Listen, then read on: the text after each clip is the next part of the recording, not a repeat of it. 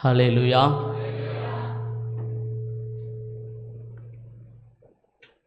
நீங்கள் கைதட்டுற அளவுக்குலாம் நான் பெரிய ஆள் கிடையாது. ஒரு சாதாரண ஊழியக்காரன், ஒரு காட் சர்வன்ட். தலைவர் எப்படி அப்படித்தானே தோன்றணும். ஹல்லேலூயா. ஆமாம், நம்முடைய சபை 50 வருடம் பாஸ்டருடைய ஊழிய சர்வீஸு தான் என்னுடைய வயசு. ஹல்லேலூயா. எனக்கு வர நவம்பர் 50 வயசு ஆகுது. நான் பிறக்கிறதுக்கு முன்னாடியே பாஸ்டர் ஊழியத்துக்கு வந்துட்டார். ஆனால் இந்த சபையில் நான் வந்து 20 வருஷம் முடிஞ்சு 21வது வருஷம். ஹல்லேலூயா. இந்த 50 வருட ஊழியத்தில் நாங்களும் ஒரு சின்ன பங்காக சபையில் இருந்தோம் அப்படின்னு நினைக்கும்போது கொஞ்சம் பெருமையாகவும் இருக்குது, சந்தோஷமாகவும் இருக்குது. ஹல்லேலூயா. நான் இந்து குடும்பத்தில் பிறந்தாலும் ஒரு பாரம்பரிய சபை ஹாஸ்டலில் வளர்ந்தேன். அதெல்லாம் ரட்சிக்கப்பட்டு இயேசுவை அறிந்து கொண்டேன். ஆனால் பரிசுத்தம் கிடையாது, நீதி கிடையாது, கர்த்தருக்காக வைராக்கியமாக வாழ்கிற வாழ்க்கை கிடையாது. அப்படி சுற்றி திரிந்த நாட்களில் தேவன் என்னை மறுபடியுமாக நல்ல ஒரு ஆவிக்குரிய சபையை, நம்முடைய சபையை கொடுத்தார். நல்ல ஆவிக்குரிய தகப்பனையும் தாயையும் கொடுத்தார். சபையில் நல்ல ஆவிக்குரிய தாய்மார்களை கொடுத்தார். நல்ல சகோதரிகளை கொடுத்தார். நல்ல சகோதரர்களை கொடுத்தார். நல்ல ஆவிக்குரிய நண்பர்களை கொடுத்தார். நல்ல வாலிப பிள்ளைகள், வாலிப பசங்க, சின்ன பசங்க. உண்மையிலேயே அப்போ இருந்த அந்த தாய்மார்கள்லாம் நினச்சி பார்க்கும்போது ரொம்ப சந்தோஷமாக இருக்குது. நான் பேரை சொல்லுவேன், எல்லா பேரையும் சொல்லுவேன், ஆனால் நேரம் இல்லை. ஏன்னா நான் ஊழியத்துக்கு வந்த உடனே என்னை பெற்ற தாயோ சொந்த பந்தமோ யாருமே சந்தோஷப்பட்டிருக்க மாட்டாங்க. ஆனால் நான் ஊழியத்துக்கு வந்தவொடனே இந்த நம்ம சபையில் இருக்கிற தாய்மார்களும் சகோதரர்களும் சகோதரிகளும் அவ்வளோ சந்தோஷப்பட்டாங்க. அந்த என் கையை பிடிச்சி பாஸ்டர் ஆயிட்டீங்க அப்படின்னு அவ்வளோ சந்தோஷப்பட்டாங்க. எல்லாமே கர்த்தருடைய கிருபை. இப்படியாக தேவன் இந்த 20 வருடம் அங்கே இருந்த என்ன இங்கே கொண்டாந்து நிறுத்துறது தேவனுக்கு கோடான கோடி நன்றியை செலுத்துகிறேன். இதற்கு காரணமாக இருந்த என்னுடைய ஆவிக்குரிய தகப்பன் பாஸ்டர் ஜெரால்டு அவர்களுக்கும் என்னுடைய நன்றியை தெரிவித்துக் கொள்கிறேன். நான் இந்த 20 வருட என்னுடைய ஆவிக்குரிய வாழ்க்கையில் நிறைய சாட்சிகள் சொல்ல முடியும். நம்ம சபையில் வந்து கர்த்தர் செய்த நன்மைகள் ஏராளம். அப்படி இருந்த என்னைய இந்த சபையில் வந்து தான் நான் ஞானஸ்தானம் எடுத்தேன், அபிஷேகம் பெற்றேன். எனக்கு பைபிள் காலேஜ் போனது கிடையாது. எனக்கு பைபிள் ஸ்டடி தான் பைபிள் காலேஜ். எனக்கு ஜெபிக்க தெரியாது பெருசாக. என்னோட இருந்த வாலிபர்களுக்கு தெரியும், வாலிப பிள்ளைகளுக்கு தெரியும். இப்போ என்னை ஜெபிக்க கற்றுக் கொடுத்து வளர்ந்தது இந்த சபையின் முழு இரவு ஜெபம். ஹல்லேலூயா. ஊழியெல்லாம் செஞ்சது கிடையாது. இந்த ஊழியத்தின் அனுபவம் நம்முடைய சபையின் வீட்டு கூட்டமும் கிராம ஊழியமும் தான் எனக்கு ட்ரைனிங். வேறு எதுவுமே கிடையாது. அப்போ உள்ள வாலிபர்கள், வாலிப பிள்ளைகள் செய்த ஊழியம் பயங்கரம். இன்னைக்கு சபை இந்த அளவுக்கு ஸ்ட்ராங்காக சூலூரில் நிற்குது அப்படின்னா அதுக்கு ஜெபித்த தாய்மார்கள், நம்முடைய ஆவிக்குரிய தகப்பன் தாய், அதுக்கடுத்து ஜெபித்த தாய்மார்கள், நல்ல வாலிபர்கள், நல்ல வாலிப பிள்ளைகள், கர்த்தருக்காக ஊழியம் செய்கிற அந்த கிராம ஊழியம்லாம் அவ்வளோ செஞ்சுருக்குறோம். உண்மையிலே நினச்சி பார்க்கும்போது ரொம்ப சந்தோஷமாக இருக்குது. அப்படி செஞ்சதான் இந்த அளவுக்கு கொண்டாந்து என்னைய தேவன் நிறுத்தி இருக்கிறாரு. தேவன் 50 வருட ஊழியம் சாதாரணம் கிடையாது. ஏன்னா அந்த ஊழியக்கார இடத்துல வந்து நின்று பார்த்தா தான் தெரியும் எவ்வளோ கஷ்டம், எவ்வளோ போராட்டம். எவ்வளோ நிந்தைகள், அவமானங்கள். ஆனாலும் நம்முடைய ஆவிக்குரிய தகப்பனும் தாயும் நான் வரும்போது அவங்க பிள்ளைகள், வாலிப பிள்ளைகள், பசுபின்னி, ஃபீவா, ஃப்ரீடா எல்லாமே வாலிப பிள்ளைகள். இன்றைக்கி அவங்க பிள்ளைகள் வாலிபர்கள் ஆயிட்டாங்க. அது ரொம்ப சந்தோஷம்தான். கர்த்தர் அந்த அளவுக்கு கொண்டு வரார் அப்படின்னு சொல்லும்போது ரொம்ப சந்தோஷமாக இருக்குது. அப்படியாக நிறையா சாட்சிகள் சொல்லலாம். நம்ம வார்த்தைக்கு போவோம். அதனால் நேராக இருந்தால் நான் சாட்சி சொல்லுவேன். இல்லைன்னா கர்த்தர் எப்போ வாய்ப்பு கொடுக்குறாரோ அப்போ சொல்லலாம். எல்லாரும் கண்களை மூடுவோமா? ஹல்லேலூயா. அதிசயமாய் இதுவரையில் நடத்தி வந்தவரே, நன்றி நன்றி இயேசுவே. அதிசயமாம் இதுவரையில் நடத்தி வந்தவரே, நன்றி நன்றி இயேசுவே. நன்றி இயேசுவே, நன்றி நன்றி இயேசுவே. நன்றி இயேசுவே, நன்றி நன்றி இயேசுவே. கால் தடுமாறாமல் கண்ணீரில் மூழ்காமல் கண்மணி போல் என்னை காத்து வந்தீர். கால் தடுமாறாமல் கண்ணீரில் மூழ்காமல் கண்மணி போல் என்னை காத்து வந்தீர். இந்த நாள் வரையும் என்னை கொண்டு வந்தீர். இன்னுமா கிருபை தந்து தாங்குகிறீர். இந்த நாள் வரையும் என்னை கொண்டு வந்தீர். இன்னுமா கிருபை தந்து தாங்குகிறீர். இம்மானேசம் நீர் காண்பிக்க என்னில் ஒன்றும் இல்லையே, உம் அன்புக்கிணை இல்லையே. இம்மானேசம் நீர் காண்பிக்க என்னில் ஒன்றும் இல்லையே, உம் அன்புக்கிணை இல்லையே. நன்றி இயேசுவே, நன்றி நன்றி இயேசுவே. நன்றி இயேசுவே, நன்றி நன்றி இயேசுவே. ஸ்தோத்திரம் ஆண்டவரே, கிருபையுள்ள மகிமையுள்ள தெய்வமே, உமக்கு ஸ்தோத்திரம் அப்பா.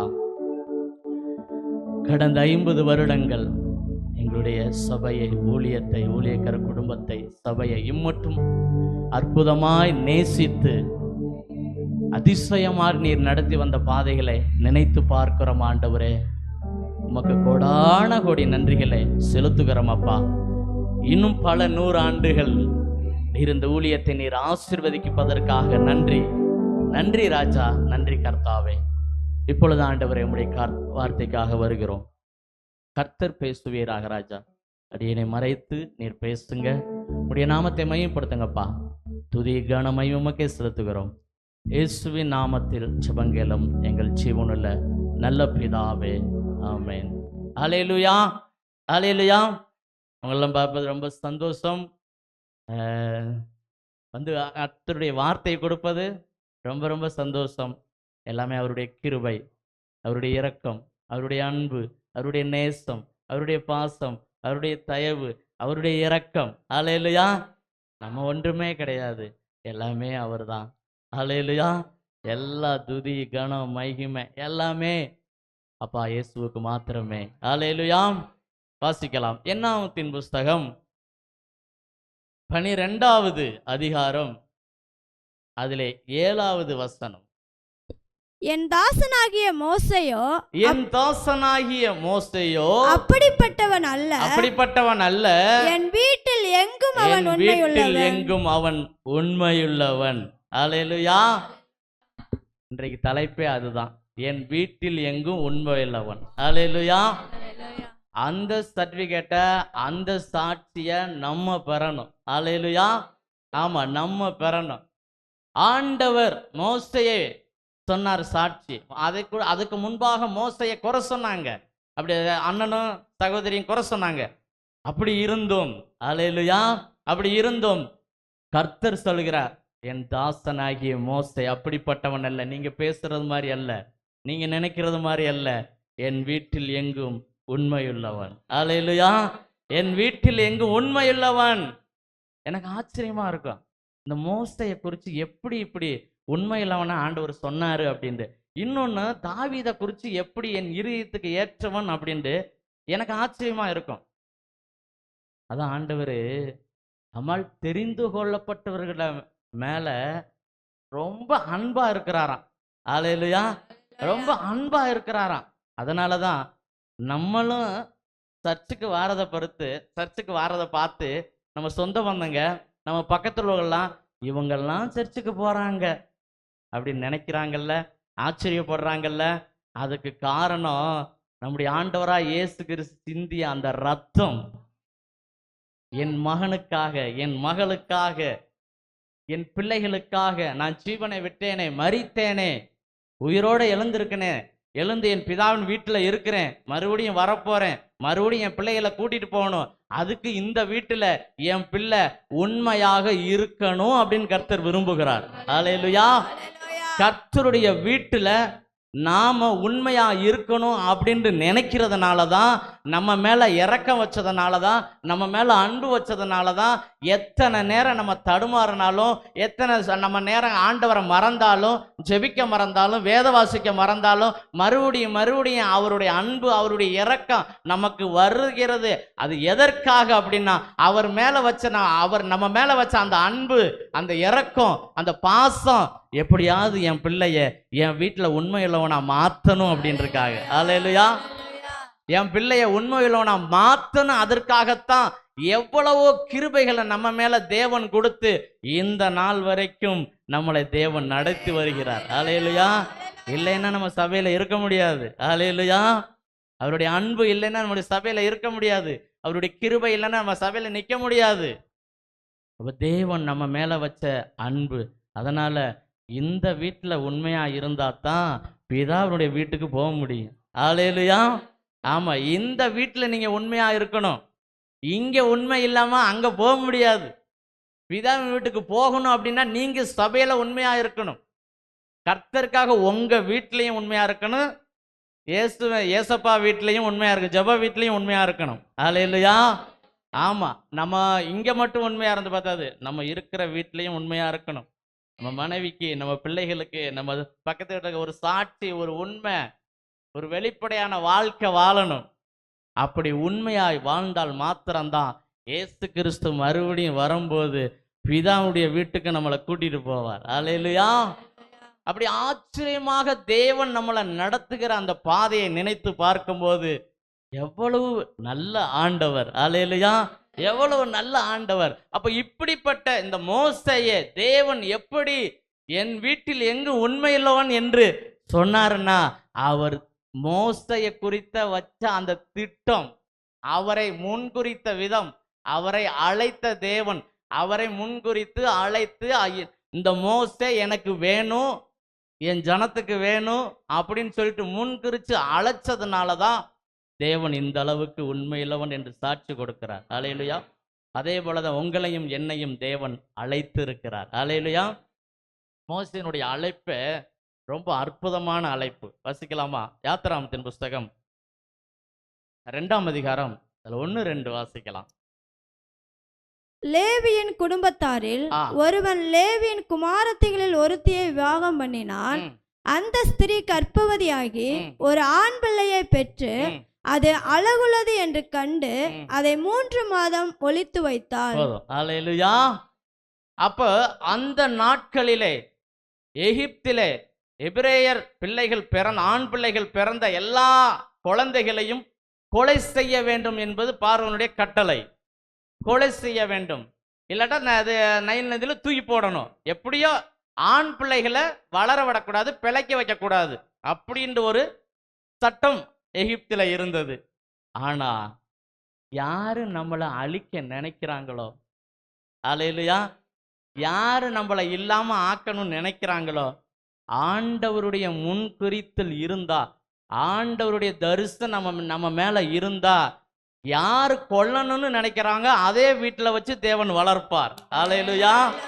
ஆமா, யாரு நம்மளை அழிக்கணும் அப்படின்னு நினைக்கிறாங்களோ அதே இடத்துல தேவன் நம்மளை உயர்த்துவார்.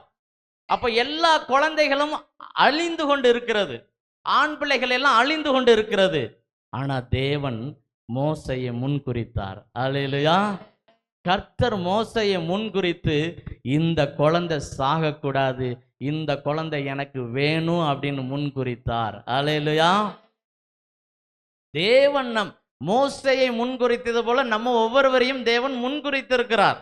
அதனாலதான் எத்தனையோ மரணங்கள் வந்தபோது, வியாதிகள் வந்தபோது, போராட்டங்கள் வந்தபோது, பிரச்சனைகள் வந்தபோது எல்லா இடத்திலிருந்து நம்மளை காப்பாற்றி இந்த அளவுக்கு நிறுத்தி இருக்கிறாரு. அப்படின்னா அவருக்கு நம்ம வேணும் அப்படின்றதுக்காக முன்குறித்த தேவன் நம்மளை இம்மட்டும் வழி நடத்தி வருகிறார். அல்லேலூயா. அப்ப மோசே எல்லாம் அழியுது, அதாவது பிள்ளைகள், ஆண் பிள்ளைகள் எல்லாம் அழிந்து போய் கொண்டு இருக்கிறது. அந்த நேரத்துல இந்த குழந்தை பிறந்து 3 நாள் ஒழிச்சு வச்சு, 3 மாதம் ஒழிச்சு வச்சு, அதுக்கு மேல முடியல அப்படின்னு சொல்லிட்டு அந்த தாயின் தகப்பனும் எப்படியாவது காப்பாத்தணுமே அப்படின்ட்டு அந்த தரிசனத்தோட கொண்டு போய் விட்ட போது அரண்மனையிலேயே தேவன் வைத்து வளர்த்தார். அல்லேலூயா. எரேமியா 1:5 கர்த்தர் சொல்றார் பாருங்க. எரேமியா 1:5, எரேமியா தீர்க்கதரிசி புத்தகம் 1:5, நான் உன்னை தாயின் வயிற்றில் உருவாகும் முன்னே உன்னை அறிந்தேன். தாயின் வயிற்றில் உருவாகும் முன்னே உன்னை அறிந்தேன். நீ கர்ப்பத்திலிருந்து வெளிப்படும் முன்னே நான் உன்னை பரிசுத்தம் பண்ணி உன்னை ஜாதிகளுக்கு தீர்க்கதரிசியாகவும் கட்டளையிட்டேன் என்று சொன்னார். அல்லேலூயா. அப்ப மோசேயை தாயின் வயிற்றில் உருவாகும் முன்னே கர்த்தர் அறிந்தார். அல்லேலூயா. கர்த்தர் முன்குறிச்சு அறிஞ்சிட்டாருன்னா இந்த உலகத்துல அவர் சித்தத்தை நிறைவேற்ற வரைக்கும் அந்த ஜீவனை எந்த சக்தியாலும் எடுக்க முடியாது. அல்லேலூயா. அதே மாதிரி நம்ம மேல தேவன் வச்ச அன்பு, அந்த முன்குறித்தல் இருந்ததுனாலதான் எத்தனையோ மரணங்கள் வந்த போதும் இந்த உலகத்தோட சக்தி எதுவும் நம்மளை மேற்கொள்ளாதபடி ஜீவனோடு வச்சிருக்கிறார். அல்லேலூயா. கர்த்தர் முன் குறிச்சிட்டாருன்னா எந்த சக்தியாலும் ஒன்றும் பண்ண முடியாது அவருடைய வல்லமைக்கு முன்பாக. அல்லேலூயா. ஏன்னா நம்முடைய தேவன் சர்வ வல்லமையுள்ள தேவன். அல்லேலூயா. ஆபிரகாம் அப்படித்தான் சொல்றாரு, நான் சர்வ வல்லமையுள்ள தேவன், நீ எனக்கு முன்பாக உத்தமனா நடந்துகிறது அப்படின்னு. அல்லேலூயா. ஆமா, நான் சர்வ வல்லமையுள்ள தேவன். அப்ப சர்வ வல்லமையுள்ள தேவன் நம்மளை முன்குறித்திருக்கிறார். மோசேயை எப்படி முன்குறித்தாரோ அதே போல நம்மளையும் முன்குறித்திருக்கிறார். கலாத்தியர் 1:15 அப்போஸ்தலன் பவுல் சொல்றார் பாருங்க. கலாத்தியர் 1:15, அப்படி இருந்தும் நான் என் தாயின் வயிற்றில் இருந்தது முதல் என்னை பிரித்தெடுத்து தம்முடைய கிருபையினால் அழைத்த தேவன். அல்லேலூயா. நான் என் தாயின் வயிற்றில் இருந்தது முதல் என்னை பிரித்தெடுத்தார். அல்லேலூயா. என்னை பிரித்தெடுத்தார். ஆண்டவர் யார முன் குறிச்சிட்டாரோ அவங்கள பிரித்து எடுத்துருவார். குளத்துல ஒண்ணு, கோத்திரத்துல ஒண்ணு, ஜாதியில ஒண்ணு, ஊர்ல ஒண்ணு, எங்க இடத்துல இருந்தாலும் சரி பிரித்து எடுத்து கொண்டு வந்து நிறுத்துவார். நான் எங்கேயோ பிறந்தேன், எங்கேயோ வளர்ந்தேன், எங்கேயோ படித்தேன், எங்கேயோ வேலை பார்த்தேன், ஆனா கர்த்தர் கொண்டாந்து நிறுத்துறார் பாருங்க. என் தாயின் கருவில் உருவாகும் முன்னே என்னை பிரித்தெடுத்தார். அல்லேலூயா. என்னை பிரித்தெடுத்தார், உங்களையும் என்னையும். எதற்காக? அவருடைய தரிசனத்தை நிறைவேற்றுவதற்காக, அவருடைய ஊழியத்தை செய்வதற்காக, அவருக்கு பணி செய்வதற்காக. அப்படி செய்தால் மாத்திரமே மோசையை போல என் வீட்டில் எங்கும் உண்மையுள்ளவன் என்று சாட்சி பெற முடியும். அல்லேலூயா. சாட்சி பெற முடியும். இன்னும் எபேசியர் 1:4 இன்னும் அப்போஸ்தலன் பவுல் சொல்றார் பாருங்க. எபேசியர் 1:4, தமக்கு முன்பாக நாம் அன்பில் பரிசுத்தம் உள்ளவர்களும் குற்றமில்லாதவர்களுமாய் இருப்பதற்கு, பரிசுத்தம் உள்ளவர்களும் குற்றம் இல்லாதவர்களுமா இருப்பதற்காக அவர் உலக தோற்றத்துக்கு முன்னே கிறிஸ்துவுக்குள் நம்மை தெரிந்து கொண்டார். அல்லேலூயா. கிறிஸ்துவுக்குள் நம்மை தெரிந்து கொண்டார். அப்ப தெரிந்து கொண்ட தெய்வம் ஒருபோதும் கைவிட மாட்டார், ஒருபோதும் கைவிட மாட்டார். மோசேயை தெரிந்து கொண்டார். மரணம் வந்தது. அந்த மரணத்திலிருந்து தேவன் காப்பாற்றி அவருடைய தீர்க்கதரிசியாக, ஊழியக்காரர்களாக, அவருடைய ஜனத்தை நடத்துகின்ற ஒரு நல்ல ஊழியர்களாக தேவன் நிறுத்தினார். அல்லேலூயா. அப்ப தேவன் முன் குறிச்சிட்டார்னா இந்த உலகத்துல எந்த சக்தியும் எதுவும் பண்ண முடியாது. மோசேயை முன்குறித்த தேவன் நம்மளையும் முன்குறித்திருக்கிறார். அல்லேலூயா.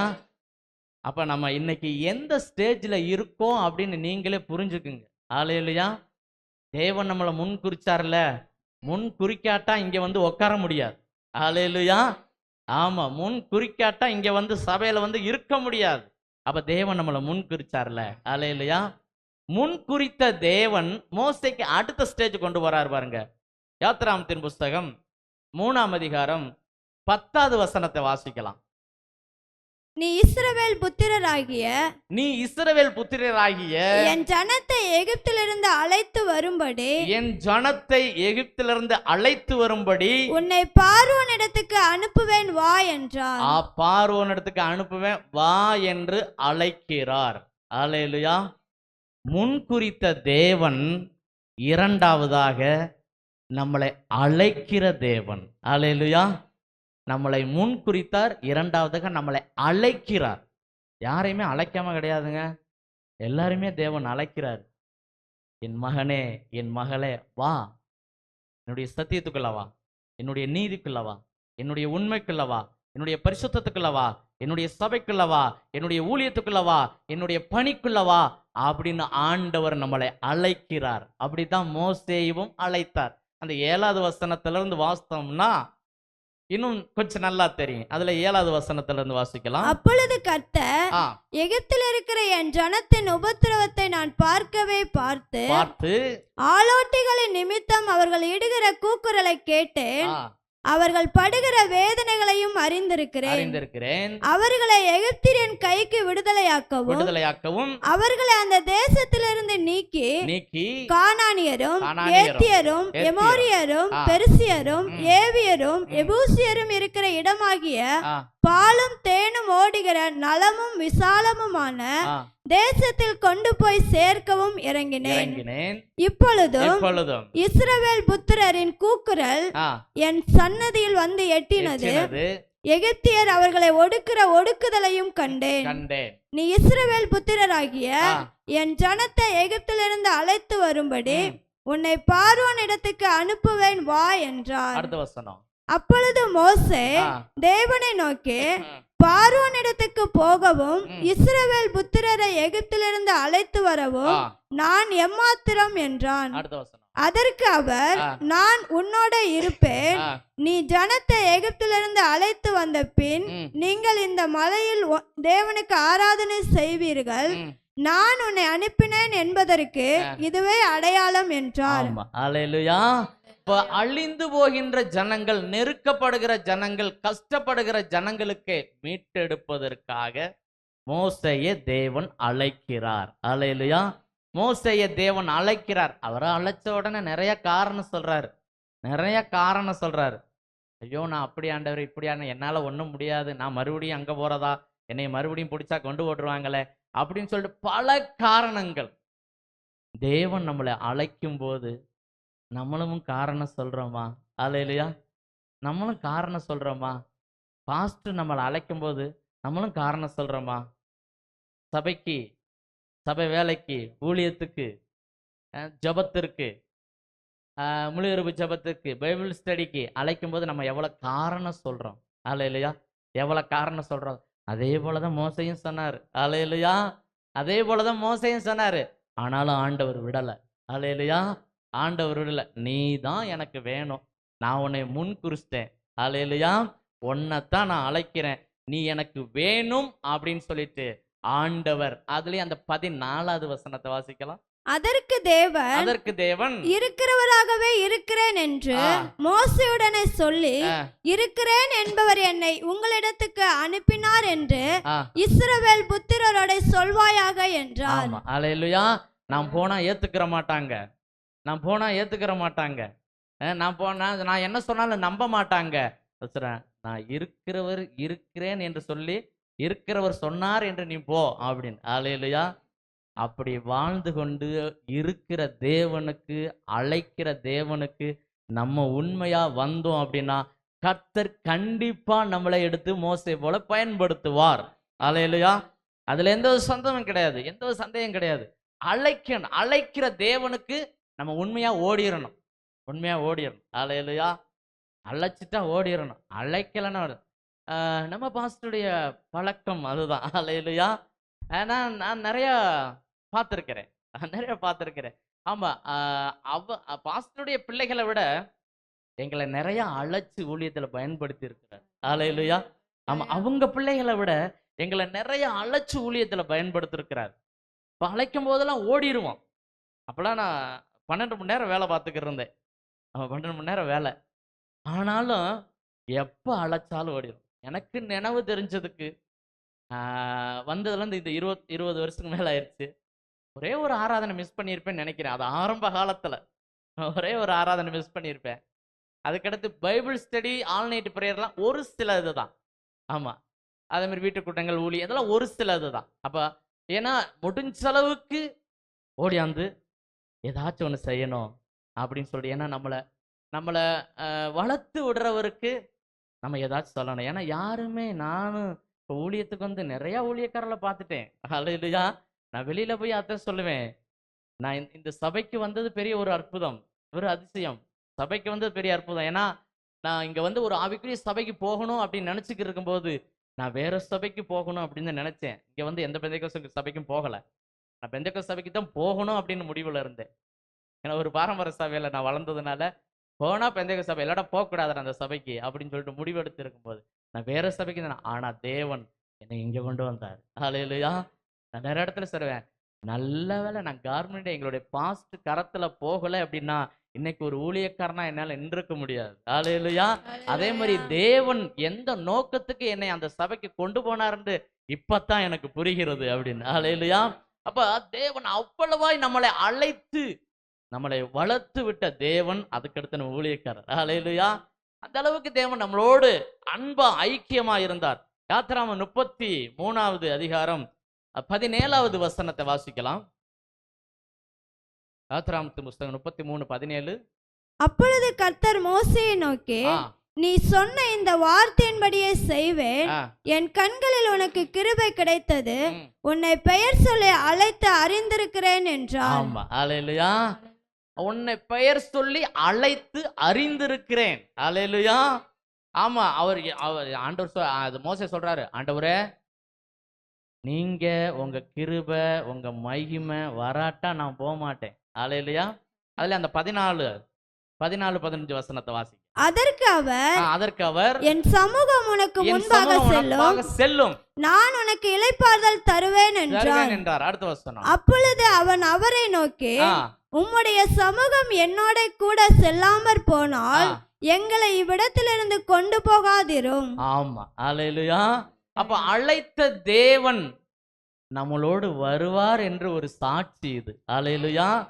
ஆமா, அழைத்த தேவன் நம்மளோடு வருவார், நம்மளை தனியா விட மாட்டார், நம்மளை தனியா விட்டுறவே மாட்டார். மோசே சொல்றாரு, ஆண்டவரே உங்க சமூகம் வரணும், இல்லாட்டா நான் இந்த இடத்துல இருந்து போக மாட்டேன். அல்லேலூயா. அதே போல சொல்றாரு, கண்டிப்பா என்னுடைய சமூகம் உன்னோட கூட கண்டிப்பா வரும் அப்படின்னு சொன்னார். அல்லேலூயா. அப்ப தேவன் நம்மளை அழைத்திருக்கிறார், தேவன் நம்மளை முன்குறித்திருக்கிறார், இரண்டாவது அழைத்திருக்கிறார். அந்த அழைத்த தேவனுக்காக வைராக்கியமா ஓடணும். அல்லேலூயா. அப்போஸ்தலன் பவுல் ரோமர் 11வது அதிகாரம் 29வது வசனத்தை வாசிங்க. ரோமர் 11:29. தேவனுடைய கிருபை வரங்களும் அவர்களை அழைத்த அழைப்பும் மாறாதவைகளே. அல்லேலூயா. தேவன் நம்மளை அழைச்சிட்டாருன்னா அது மாறாது. அல்லேலூயா. ஒருபோதும் மாறாது, ஒருபோதும் மாறாது. 1 கொரிந்தியர் 1ஆம் அதிகாரம் 9வது வசனம். 1 கொரிந்தியர் 1ஆம் அதிகாரம் 9வது வசனத்தை வாசிக்கலாம். தம்முடைய குமாரனும் ஆ நம்முடைய கர்த்தருமாய் இருக்கிற ஆ, இயேசு கிறிஸ்துவுடனே ஆ. ஐக்கியமாய் இருப்பதற்கு உங்களை அழைத்த தேவன் உண்மையுள்ளவர். ஆமா. அல்லேலூயா. அழைத்த தேவன் உண்மையுள்ளவர். அந்த தேவனுக்கு நம்ம உண்மையுள்ளவர்களா இருக்கணும். அல்லேலூயா. நம்ம ஒவ்வொருவரையும் தேவன் அழைச்சிருக்கிறாருங்க. என்னை ஃபர்ஸ்ட் ஊழியத்துக்கு அழைச்சு போகும்போது அவர்கிட்ட நான், பாஸ்டர் எனக்கு அங்க வேணாம் பாஸ்டர் அப்படின்னு சொன்னேன். ஆமா, நீங்க கேன்புரம் பல்லடம் அங்கதான் உங்களுக்கு ஊழியம், கர்த்தர் அங்கதான் உங்களுக்கு கொடுத்துருக்கிறாரு அப்படின்னு சொன்ன உடனே, ஏன்னா அதுக்கு முன்னாடி நமக்கு ட்ரைனிங் சென்டரே செலக்கர்ஸ்ல தான். அல்லேலூயா. அதை குறித்து பெரிய பாரம் இருக்கு. அல்லேலூயா. கர்த்தர் கண்டிப்பா செய்வார்.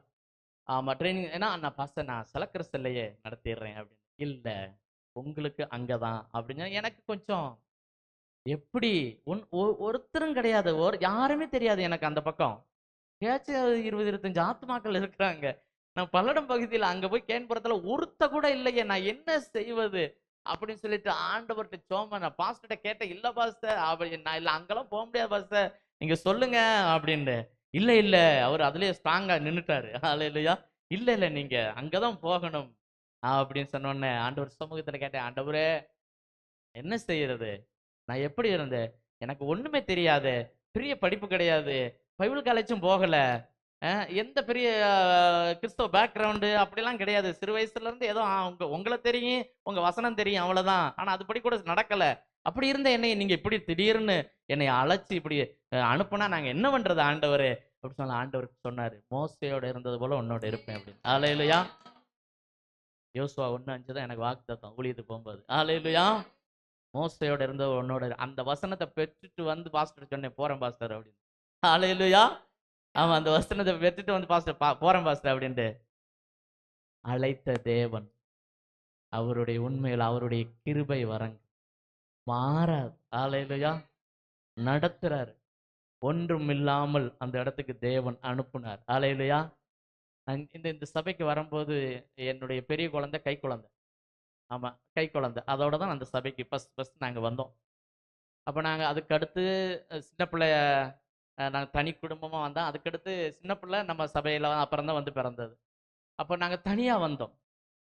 ஆண்டவர் நல்ல ஒரு சபையும் ஊழியத்தையும் கொடுத்து, ஆண்டவர் ஊழியத்தை கொடுத்து இன்னைக்கு ஒரு கூட்டமாக தேவன் வைத்திருக்கிறார். அல்லேலூயா. அந்த அழைத்த தேவன், ஏன்னா அவருடைய அந்த நம்மளை முன்குறித்த விதமும், நம்மளை அழைத்த தேவனுக்கு முன்பாக நம்ம கரெக்டா இருந்தோம் அப்படின்னா, உண்மையா இருந்தோம் அப்படின்னா கண்டிப்பா ஆண்டவர் நடத்துவார். அல்லேலூயா. ஆனா அந்த அழைத்த அழைப்புக்கு நம்ம வரும்போது கொஞ்சம் கஷ்டம்தான். அல்லேலூயா. பாஸ்டர்ட்டெல்லாம் அவ்வளவு சீக்கிரம் அவர்கிட்ட கீழே இருந்து வளர்ந்து வர முடியாது. அல்லேலூயா. கோவப்பட்டுட்டு ஓடிடணும். பயங்கர கண்டிஷன். அல்லேலூயா. நாங்க இருக்கும்போது இப்படி போயிட்டு போறது மைண்ட் பாஸ் சொல்றது, இப்பவும் அப்படித்தான் பாஸ் சார் அப்படின்னு.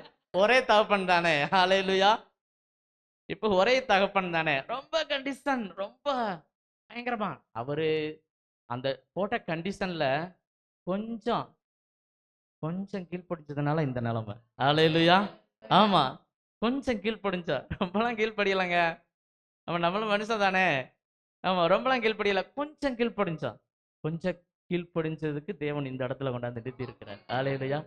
ஆண்டவர் அந்த கொஞ்சத்துல தான் கேட்கிறார், கொஞ்சத்துல உண்மையாயிரு, உன்னை அநேகத்துல அதிகாரி. அந்த கொஞ்சம் உண்மை, அந்த கொஞ்சம் கீழ்ப்படிதல், அந்த கொஞ்சம் தாழ்மை, அந்த கொஞ்சம் விசுவாசம், அதுல தான் ஆண்டவர் வந்து விரும்புறார், கேட்கிறார், எதிர்பார்க்கிறார். அல்லேலூயா. அப்ப அப்படியாக தேவன் அழைத்த அழைப்புல நம்ம நிக்கணும். அல்லேலூயா. மூன்றாவதாக யாத்திராகமத்தின் புஸ்தகம் 4வது அதிகாரம் 27வது வசனத்தை வாசிக்கலாம். யாத்திராகமம் 4:27. கர்த்தர் ஆரோனை நோக்கி நீ வனாந்தரத்தில் மோசேக்கு எதிர்கொண்டு போ என்றார். அவன் போய் தேவ பர்வதத்தில் அவனை சந்தித்து அவனை முத்தம் செய்தான். ஓகே, அதுக்கு முன்பாக அதுல அந்த 18வது வசனத்தை வாசிங்க. மோசே தன் மாமனாகிய எத்ரோவினிடத்துக்கு வந்து வந்து நான் எகிப்தில் இருக்கிற என் சகோதரரிடத்துக்கு திரும்பி போய் அவர்கள் இன்னும் உயிரோடு இருக்கிறார்களா என்று பார்க்கும்படி புறப்பட்டு போக உத்தரவு தர வேண்டும் என்றான். அப்பொழுது எத்ரோ மோசேயை நோக்கி சுகமாய் போய் வாரும் என்றார். போதும். அல்லேலூயா. அதுக்கு முன்பாக தேவன் அழைத்த தேவன் தரிசனமாகிறார். தரிசனமாகிதான் மோசையை அழைக்கிறார். ஒரு முட்செடியில வனாந்தரத்திலே ஆடுமைத்து கொண்டிருந்த மோசையை தேவன் முன்குறிச்சதுனால வந்து அழைக்கிறார். அழைச்சு நீ வா என்று அழைச்ச போது தரிசனத்தெல்லாம் கொடுத்து அழைக்கிறாரு. அழைச்ச உடனேயே மோசே அப்படியே அர்ப்பணித்து வந்தார். அல்லேலூயா. காலம் தாழ்த்தல, வனாந்தரத்துல மோசையை அழைக்கிறாரு. அப்படியே மாமனார் வீட்டுக்கு வராரு. நான் எகிப்துக்கு போறேன், என் ஜனங்களை பார்க்க போறேன், கர்த்தர் என்னை அங்க சொல்றாரு அப்படின்னு சொல்லிட்டு குடும்பத்தை கூட்டிட்டு அர்ப்பணித்து எகிப்துக்கு மோசே வந்தார். மூன்றாவதாக அர்ப்பணிப்பு. அல்லேலூயா. கர்த்தருக்காக தன்னை அர்ப்பணித்தார். கர்த்தருக்காக அர்ப்பணிக்கிறது சாதாரண, சும்மா லேசாலாம் அர்ப்பணிக்க முடியாது. அதுல நிறைய கஷ்டங்கள் இருக்கும், நிறைய உபத்திரவங்கள் இருக்கும், நிறைய பாடுகள் இருக்கும். அர்ப்பணிச்சிடலாம், ஈஸியா அர்ப்பணிச்சிடலாம், நம்ம ஈஸியா அர்ப்பணிச்சிடலாம். அப்பெல்லாம் பாஸ்ட் நம்ம ஆராதனை ஆராதனை நடந்துக்கிட்டு இருக்கோம். இல்லாட்டா ஆராதனை நடந்த உடனே காணிக்கை பாட்டு முடிஞ்சோன்னா எல்லாரும் எந்திரிச்சு நில்லுங்க, பைபிள் எடுங்க அப்படின்னு சொல்லுவார். சொல்லிட்டு ஒரு தடவை நடந்ததை நான் சொல்றேன். அப்ப பைபிள் எடுங்க அப்படின்னு சொல்லிட்டு கடைசி பக்கத்தை எடுங்க அப்படின்னு சொன்னாரு. கடைசி பக்கத்தை எடுத்தோம்னா பேனாவை எடுத்துக்கங்க, நீங்க என்ன ஆக போறீங்க எழுதுங்க அப்படின்னு சொன்னாரு. ஹல்லேலூயா. ஆமா, நீங்க என்ன ஆக போறீங்க எழுதுங்க அப்படின்னு சொன்னாரு. அன்னைக்கு நான் உண்மையிலேயே நான் ஊழியக்காரன் ஆகணும்னு தான் எழுதினேன். ஹல்லேலூயா. அன்னைக்கு நான் ஒரு ஊழியக்காரன் ஆகணும். இதெல்லாம் 2007, 8. ஹல்லேலூயா. ஆமா, 6, 7, 8 அப்ப நடந்தது. ஹல்லேலூயா. நான் ஒரு ஊழியக்காரன் ஆகணும். என்னுடைய பழைய பைபிள் இப்ப இல்லை. ஹல்லேலூயா. அந்த பைபிளை நான் ஒரு ஊழியக்காரன் ஆகணும் அப்படின்னு எழுதினேன். ஹல்லேலூயா. நம்ம அர்ப்பணிக்கிறது பெருசு கிடையாது. அந்த அழைத்த அர்ப்பணிப்புல ஸ்ட்ராங்கா இருக்கணும். அன்னைக்கு எல்லாரும் தான் நிறைய பேர் எழுதியிருப்பாங்க, யாருன்னு தெரியல. ஹல்லேலூயா. ஆமா, அன்னைக்கு 200 பேர் பக்கம் இருந்தாங்கல்ல. அப்ப எல்லாருமே எழுதுனாங்க. என்னென்ன எழுதுனாங்கன்னு தெரியல. ஊழியக்காரன் எழுதுனாலா, இல்லை டாக்டர் ஆகணும் எழுதுனாங்களா, இல்லை கலெக்டர் ஆகணும் எழுதுறாங்களா என்னன்னு தெரியல. ஆனா அன்னைக்கு நான் அர்ப்பணிச்ச உடனே தேவன் அதை கனப்படுத்தினார். ஆனா கொண்டாந்து நிறுத்துறது ரொம்ப கஷ்டம். ஹல்லேலூயா. நான் அதுக்கடுத்து அர்ப்பணிச்சு பாஸ்ட் நீங்க ஊழியத்துக்கு வாங்க அப்படின்னு நான் ரொம்ப வாஞ்சையா இருந்தேன். அப்போ எங்க சிஸ்டர், நான்லாம் ஊழியத்துக்கு வரமாட்டேன் அப்படின்னு என்னோட ஃபைட்டு. ஹல்லேலூயா. ஆமா, என்னோட ஃபைட்டு. நான்லாம் ஊழியத்துக்கு வரமாட்டேன், தேவைன்னா நீங்க ஊழியம் பண்ணுங்க, நான் என் சொந்த ஊருக்கு போறேன். ஹல்லேலூயா. ஆமா, நான் என் சொந்த ஊருக்கு போறேன், நீங்கன்னா ஊழியம் பண்ணுங்க, என்னால முடியாது அப்படின்னு சொல்லிட்டு பயங்கர வாக்குவாதம். சோம் பண்ணோம், பாஸ்டர் சொன்னேன். அப்புறம் சோம் பண்ணிட்டு இருக்கும்போது திடீர்னு 2009 கன்வென்ஷன் நினைக்கிறேன், 2008 கன்வென்ஷன். ஹல்லேலூயா. நான் கன்வென்ஷன் முடிச்சுட்டு என்னுடைய 2வது பாப்பா பிறந்து ஒரு 10 மாசமா, நம்ம அவ்வளோதான் இருக்கும், சின்ன கை குழந்தை. நான் கன்வென்ஷன் முடிச்சுட்டு நைட்டு போய் எங்கள் வீட்டில் எங்கள் ஹவுஸ் ஓனர் கையில் கொடுத்த உடனே என்னுடைய குழந்தைக்கு ஃபிட்ஸு வந்து அப்படியே மரித்து போயிடுச்சு. ஆமாம், அப்படியே மறிச்சோடனே என்ன செய்வது அப்படின்னு தெரியல. ஏன்னா அப்பத்தான் நம்ம விசுவாசத்தில் வந்துக்கிட்டு இருக்கோம், அப்பத்தான் எந்திரிச்சு வந்துக்கிட்டு இருக்கிறோம். இப்படிப்பட்ட சூழ்நிலை ஒண்ணுமே செய்ய முடியல. பாஸ்டருக்கு போன் பண்ணேன், பாஸ்டர் இந்த மாதிரி குழந்தைக்கு முடியல அப்படின்னு சொன்ன உடனே வாரம் பிரதர் அப்படின்னு சொன்னேன். உடனே வாரம் அப்படின்னு சொல்லிட்டு அந்த ஹவுஸ் ஓனர் கையிலேயே அந்த குழந்தைய கொடுத்துட்டு நாங்க 2 பேரும் வீட்டுக்குள்ள போய் முட்டி போட்டு ஜெபம் பண்ணோம்.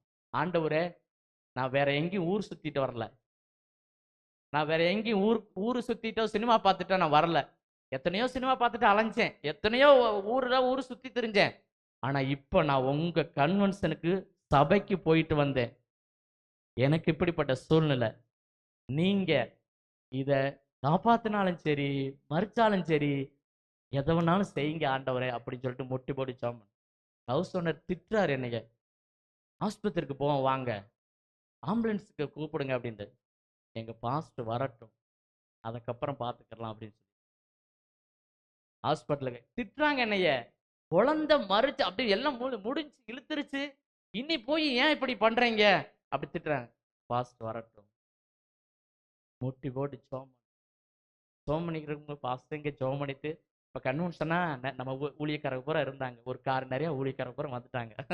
அவர் வரக்கு முன்னாடி ஜெபம் பண்ணிட்டு இருக்கும்போதே ஹவுஸ் ஓனர் கூப்பிட்டாங்க, சிஸ்டர் பேர் சொல்லி, வேமா ஓடியா மறுபடியும் குழந்தைனுடைய கை கால் அசையுது அப்படின்னு. ஹல்லேலூயா, கை கால் அசையுது அப்படின்னு சொன்னாங்க.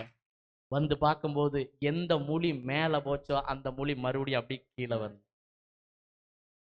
பாஸ்டர் வந்துட்டாங்க, ஜெபம் பண்ணாங்க. குழந்தை நல்லபடியா இன்னி வரைக்கும் இப்போ அது காலேஜ் ஃபர்ஸ்ட் இயர் போய்கிட்டு இருக்கு. ஹல்லேலூயா, அன்னைக்கு அவங்க அர்ப்பணிச்சாங்க. ஹல்லேலூயா, ஊழியத்துக்கு வரமாட்டேன் அப்படின்னு சண்டை போட்டவங்க அன்னைக்கு அர்ப்பணிச்சாங்க.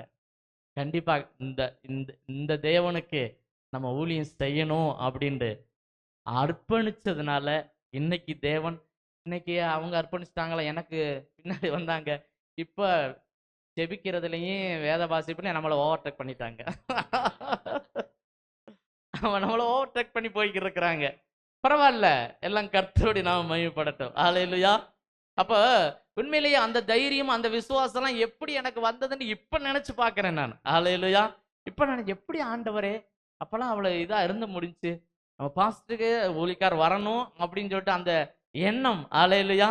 ஏன்னா அப்பெல்லாம் பாஸ்டர் நிறையா அந்த my God my church my pastor அப்படிலாம் நிறைய அந்த ஊழியக்காரில் அப்படியே கனப்படுத்தி பயங்கரமா சொல்லுவாரு, நம்ம பயங்கரமா கொண்டு போவார். அது அப்ப அந்த ஊழியக்காரருடைய பற்று, இந்த ஊழியக்காரர் பற்று நம்ம பாஸ்டர் அடிக்கடி சொல்றேன். முதல்ல இந்த இந்த நம்பர் என்கிட்ட இருக்குல்ல, செல் வாங்கின நம்பர் பாஸ்டருக்கு தான் கால் பண்ணேன்.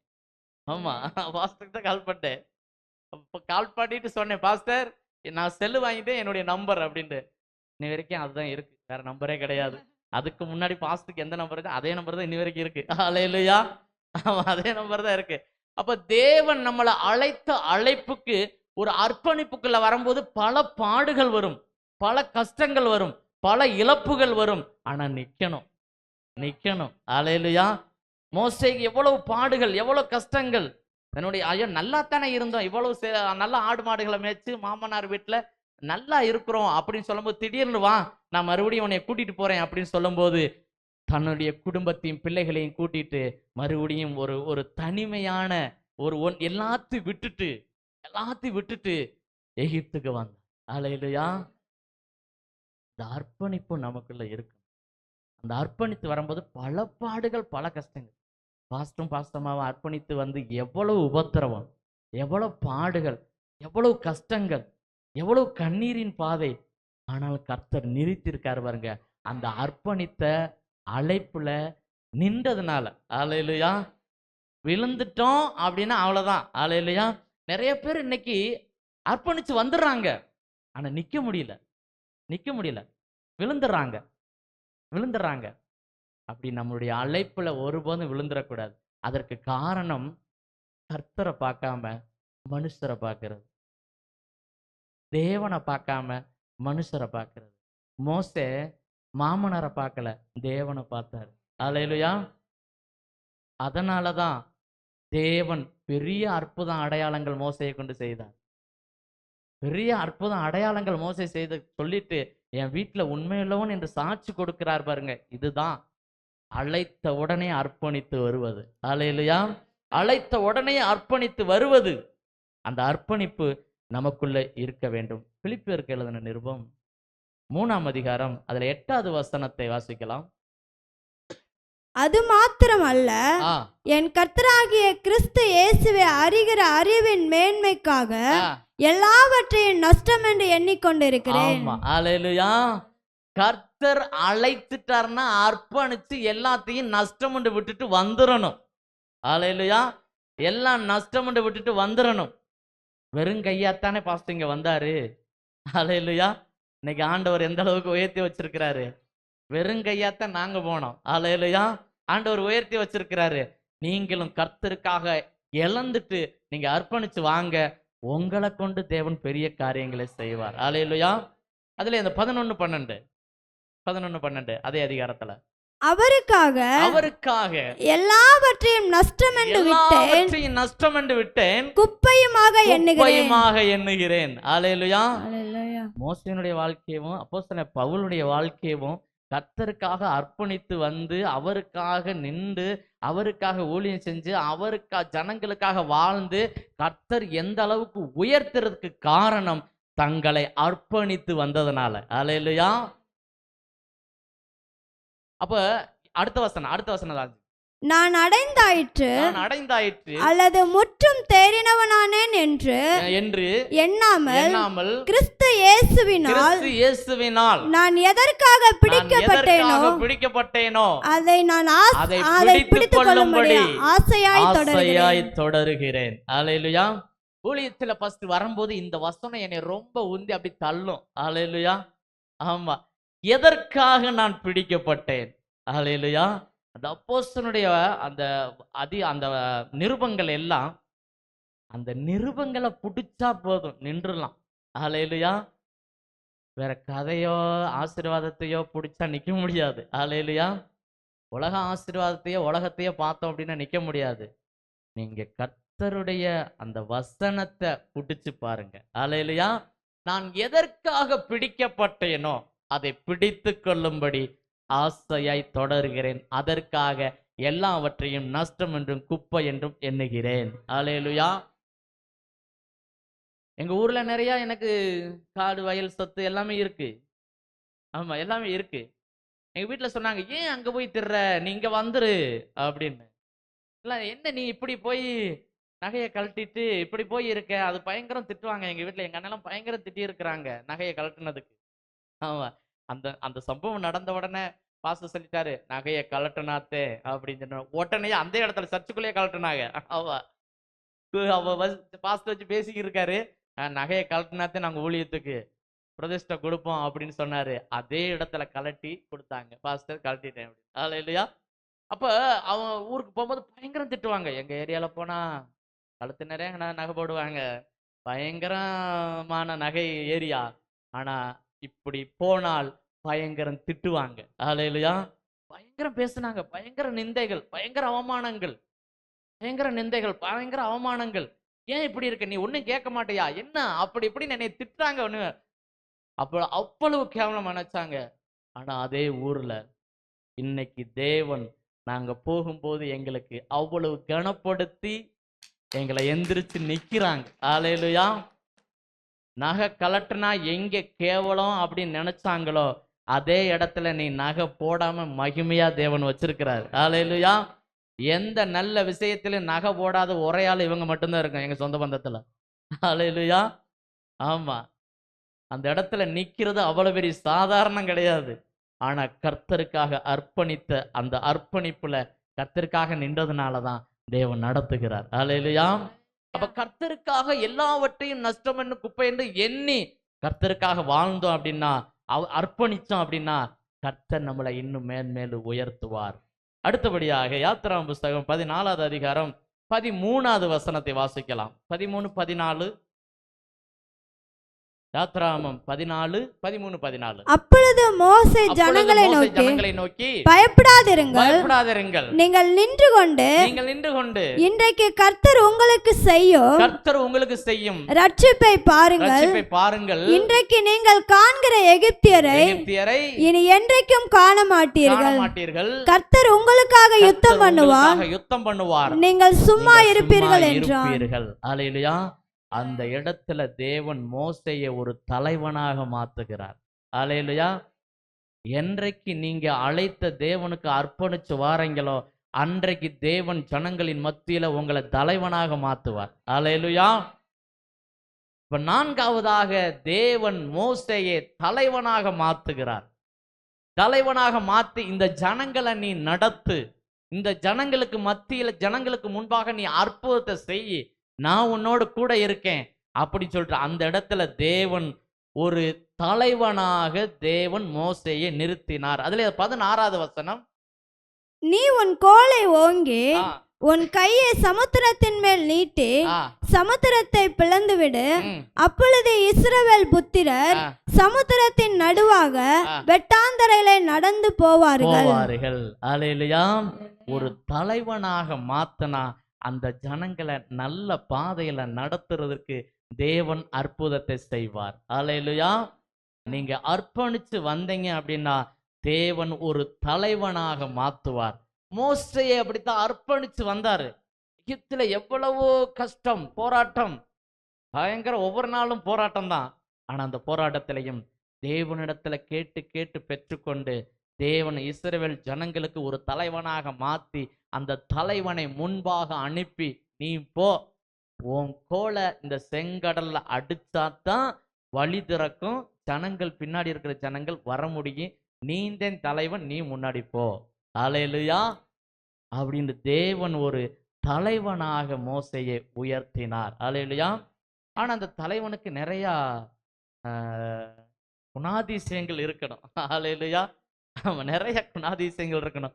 பொறுமை இருக்கணும், அன்பு இருக்கணும், தாழ்மை இருக்கணும்.